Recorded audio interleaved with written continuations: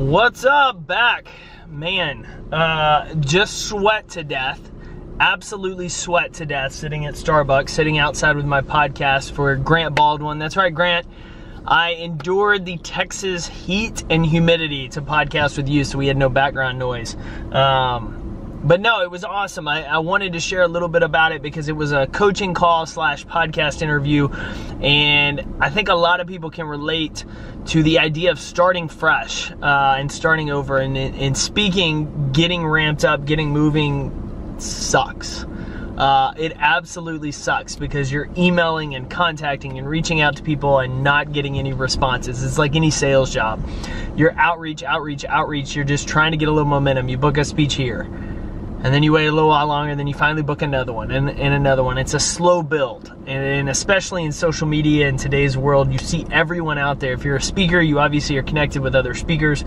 You see everyone else out on stages, and you want to be there every other day. And it just doesn't work that way. Like, you've got to get slowly going and building momentum and ramping up. And it takes time. And so Grant and I were talking about that and the frustrations that you go through and banging your head against the wall, feeling like you're not making any traction, and how that whole process goes. And we laugh because we talked about, like, you have to go through that. Like, you have to do the outreach. You have to do the grind, the monotony, the easy things to do that not everyone will do. Just because it's easy doesn't mean everyone will do it. Everyone can, and not everyone will, though. And that's what separates greats. It's great speakers. They practice their craft. They get better. They work at it, but they outreach. They're constantly reaching out to people. They're constantly working their leads, following up, building those relationships. It's not a year one thing. It's a year 2, 3, 4, 5. And so a year and a half, it seems like forever for a lot of these people. 6 months of trying to get leads feels like forever for a lot of people. And in the course of 6 months feels like a long time. But if you flash forward 10 years from now and you're doing exactly what you want to do and you're in the place exactly where you want to be, 6 months is just a tiny, tiny blip on the map. Like, it's nothing at that point. And so you shouldn't be as stressed. If I told you 10 years from now, you're going to be doing everything you wanted, and all your goals are going to be met, and you're going to be living this best life, having crushed your goals, having do exactly what you want to do. But hey, you're going to take 6 months to a year of getting rejected, of dealing with no, and constantly hearing not interested, not you, not now.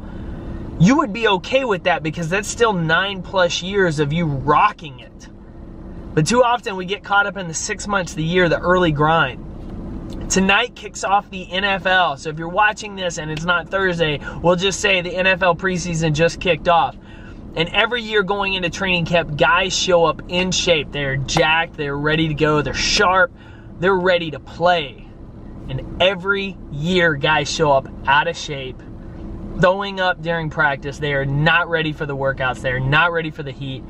You see, the difference between those two people are what they did in the off season. You see, the winners, the guys that show up ready to roll, they're the ones rocking it in the off season. They're the ones putting in the work. As I told Grant, they are grinding in the off season to shine and get that glory in season. But you can't get the glory, you can't shine in the in season unless you're willing to sweat and work and compete in the off season. And so in training camp, you see immediately the guys that were grinding in the off season, they're ready to go. The guys that went easy in the offseason, they're puking. They're anything but ready for the games and for the practices and for the heat. And so each one of us as competitors, we've got to be willing to grind through the offseason. We've got to be willing to work in the shadows when no one's watching, when the work is easy, but it's monotonous and it's rejection-filled and it's not fun. It's not fun constantly sending emails and outreach and follow-ups. It's fun being on stages, but you see, you can't get on the stages. You can't do the work that matters and impacts unless you do the work that gets you there.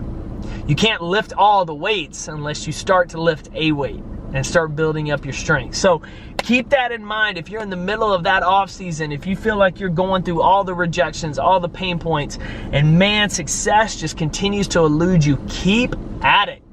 Keep working, keep hustling after that off season because, man, that time is coming. And the longer you stick with it, the closer you're going to be. But the sooner you quit and give up, the farther away that goal is. So stick with it, keep competing. Don't let that off season grind keep you from getting that in season glory.